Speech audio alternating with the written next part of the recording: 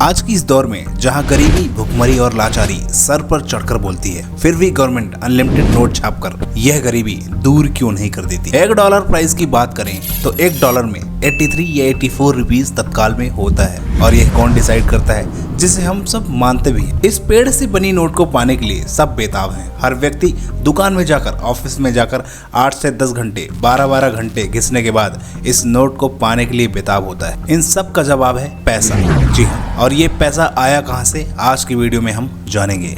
दोस्तों, अगर आपको किसी भी तरह से एक सेकेंड हैंड चीज बेचनी होती है तो आप कैसे डिसाइड करते हैं कि इस चीज की प्राइस इतनी होनी चाहिए। मानकर चलो कि आपके पास एक कार है और आप उसे बेचने के लिए उस कार का प्राइस 1 लाख रुपए रखते हैं, और उस कार को खरीदने के लिए 20 लोग आपके दरवाजे पर आ जाएंगे, तो जाहिर सी बात है आप उस कार का प्राइस बढ़ा देंगे। अगर 20 से 40 लोग हो गए तो आप उस कार का प्राइस और ज्यादा बढ़ा देंगे, और ऐसा तब तक करेंगे जब तक कोई एक आदमी आपकी दी हुई कीमत आपको अदा न कर दे। इस तरह से पूरी दुनिया के अंदर जो प्रोडक्ट्स के प्राइस होते हैं वो डिसाइड किए जाते हैं, जिसका नाम दिया गया है डिमांड एंड सप्लाई। अगर आप किसी सब्जी की दुकान में जाते हैं और आपको टमाटर ज्यादा महंगे मिल रहे हैं और आलू सस्ती मिल रही है, इसका मतलब यह नहीं कि टमाटर का कलर बहुत अच्छा है इसलिए वह महंगी है। इसका मतलब यह है कि टमाटर की डिमांड ज्यादा है और आलू की कम, और इस कारण से टमाटर का प्राइस ज्यादा हो जाता है। न्यूज में बहुत बार सुना होगा कि प्याज के रेट आसमान छू गए हैं, तो इसका मतलब यह है कि प्याज की डिमांड बहुत ज्यादा होती है और प्याज की सप्लाई कम हो गई है, इसलिए इसका प्राइस सेट कौन कर देता है। इसका प्राइस हम उसी तरह से सेट करते हैं जिस तरह से हमने वह कार को बेचने के लिए प्राइस सेट की थी। यहीं पर उदाहरण से समझते हैं कि अगर किसी कंपनी ने एक गाड़ी बनाई और उस गाड़ी को वही व्यक्ति खरीद पाएगा जिसके पास ज्यादा पैसे होंगे। अगर उनके पास पैसे नहीं है तो वो साइकिल या मोटरसाइकिल से अपनी काम चलाएंगे। अब दोस्तों, मान के चलो कि सरकार यहाँ पर बहुत सारे नोट छाप करके लोगों में बांट देती है और लोगों की गरीबी दूर कर देती है। अब आप समझिए कि किसी कंपनी ने 100 कार बनाई थी और उस 100 कार को खरीदने के लिए हजारों लोग आएंगे। इसका मतलब यह है कि डिमांड बढ़ चुकी है और सप्लाई कम, जिस कारण से अब कार निर्माता कंपनी उस कार के प्राइस भी बढ़ा देंगी, ठीक उसी तरह से जैसे हमने वो सेकेंड हैंड गाड़ी बेचने पर अपने प्राइस बढ़ाए थे। और ऐसा तब तक करेगी जब तक वो 100 लोग न बचें इस गाड़ी को लेने के लिए। जिम्बाब्वे देश ने एक बार इसी तरह किया था कि अपनी इकोनॉमी को स्ट्रॉन्ग करने के लिए बहुत सारे नोट छाप कर लोगों में बांटना शुरू कर दिया था, लेकिन उस टाइम पर उनकी इकोनॉमी सुधरने के वजह बर्बाद हो गई थी और लोग बोरी में पैसा भर भर के ब्रेड खरीदने जाते थे, नोट की गड्डियां लेकर चलते थे। एक चॉकलेट खरीदने के लिए इतने सारे पैसे देने पड़ते थे। इसका मतलब यहाँ पर स्पष्ट है कि गवर्नमेंट के नोट छापने से सिर्फ महंगाई ही बढ़ सकती है। असली फायदा तब होगा जब सर्विसेज और रिसोर्सेज बढ़ेंगे, और अगर सरकार इसी तरह से पैसों को छाप कर लोगों में बांटना शुरू कर देती है तो महंगाई और इन्फ्लेशन बढ़ेगा। और ऐसा नहीं है कि सिर्फ एक चीज का प्राइस बढ़ गया तो इन्फ्लेशन बढ़ जाएगा। ओवरऑल जब गुड्स एंड सर्विसेज के प्राइस बढ़ेंगे तब इन्फ्लेशन बढ़ेगा, और सीधी तरह से अगर देखें तो आपका रखा हुआ पैसा कम होते जाता है इन्फ्लेशन के बढ़ने से। अगर इन्फ्लेशन 5% है तो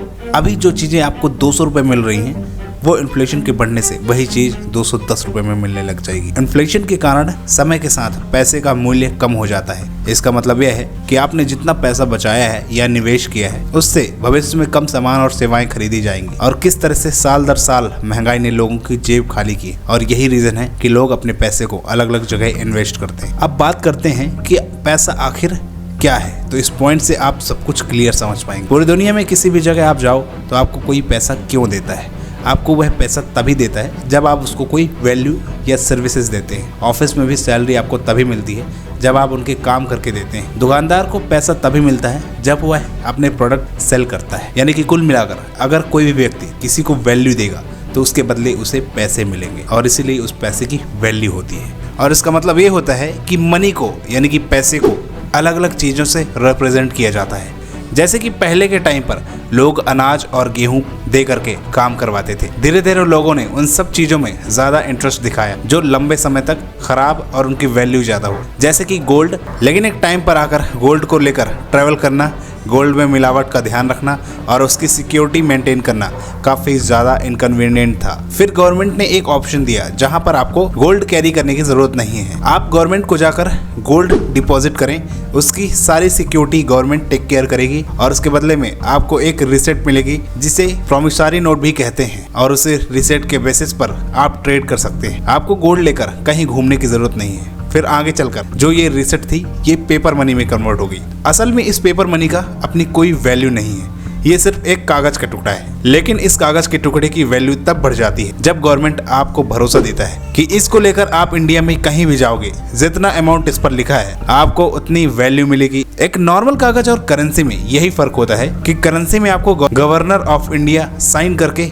यह वचन देता है कि मैं धारक को इतना पैसा देने का वचन देता हूं, और इस वचन की वैल्यू होती है कि इस पर हर कोई ट्रस्ट करता है। जब डिमोनेटाइजेशन हुआ था तब गवर्नमेंट ने 500,000 के नोट को बैन कर दिया था और अपना वचन वापस ले लिया था, और जैसे ही अपना वचन वापस लिया तो ये 500 और 1000 के नोट कागज के टुकड़े बन गए थे। अब दोस्तों भारत के अंदर तो लोगों ने गवर्नमेंट के वादे पर पेपर करेंसी में ट्रेड करना शुरू कर दिया, लेकिन जब कंट्री के बाहर ट्रेड करना हुआ तब एक बड़ी समस्या हुई कि उसे कैसे किया जाए। अब सोचिए कि यूएस और इंडिया किस तरह से ट्रेड करेंगे और किस चीज पर ट्रेड करेंगे। यानी कि आप अगर यूएस में कुछ खरीदने जा रहे हैं और आप उनसे कहते हैं कि ये लो 2000 का रेड कलर का नोट, हम इसको रुपीस बोलते हैं और इसकी वैल्यू 2000 है, तो यूएस इसको क्यों मानेगा? या फिर यूएस हमको डॉलर देता है तो हम डॉलर क्यों मानेंगे? यानी कि जब तक उन पैसों की एक्सेप्टेंस ना हो तब तक उन पैसों की वैल्यू जीरो होती है। इसलिए हर कंट्री के सामने ये समस्या आई दूसरे देश से ट्रेड कैसे किया जाए जिससे पैसों पर हर कंट्री को विश्वास हो। अब मान लो इंडिया और यूएस ने ट्रेड कर लिया, उन्होंने मान लिया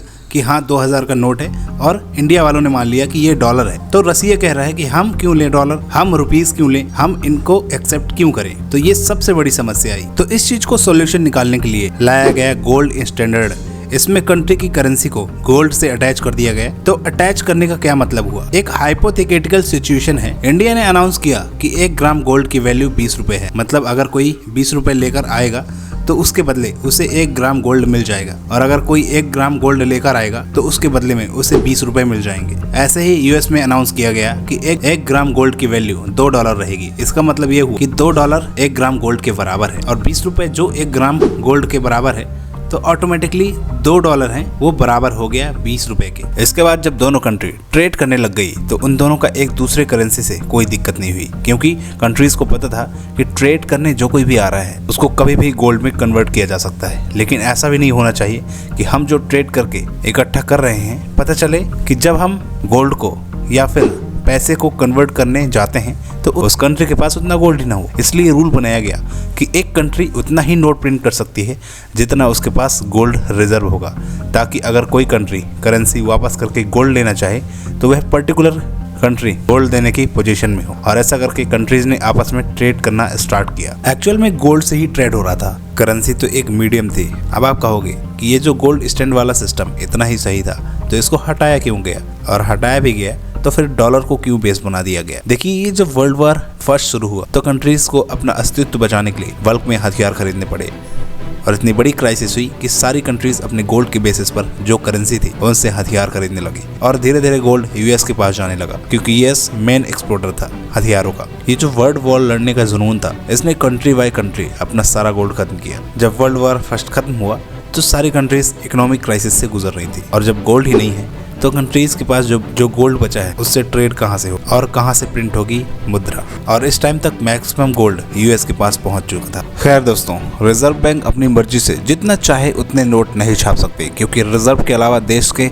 सकल घरेलू उत्पाद आदि से संबंध होने के कारण इसमें मन चाहे तरीके से जितना चाहे उतना प्रिंट नहीं कर सकते। नहीं तो आज की डेट में भारत ऐसा पहले ही कर चुका होता कि अनलिमिटेड नोट छाप करके गरीबी दूर कर चुका होता। इससे क्लियर होता है कि भारत के पास भारतीय रिजर्व बैंक 1956 से करेंसी नोट छापने के लिए मिनिमम रिजर्व सिस्टम का पालन कर रहा है, जिसके अंतर्गत रिजर्व बैंक को करेंसी नोट प्रिंटिंग के विरुद्ध नियम न्यूनतम 200 करोड़ रुपए का रिजर्व हमेशा रखना पड़ता है, जिसमें 115 करोड़ रुपए गोल्ड और 85 करोड़ रुपए विदेशी मुद्रा के रूप में रखने होते हैं। इसके बाद reserve bank currency note print कर सकता है। यह रिजर्व न्यूनतम है। रिजर्व बैंक के समय समय पर बढ़ाता रहता है, इसलिए बिना रिजर्व अतिरिक्त करेंसी नहीं छापी जा सकती, और अगर एक्स्ट्रा करेंसी छापी भी जाती है तो महंगाई और ज्यादा नोट से देकर सामान खरीदना यही होगा, और देश की अर्थव्यवस्था बिगड़ेगी। वीडियो अच्छा लगा हो तो लाइक करिएगा, सब्सक्राइब करिएगा। मिलेंगे फिर अगली वीडियो में। धन्यवाद दोस्तों।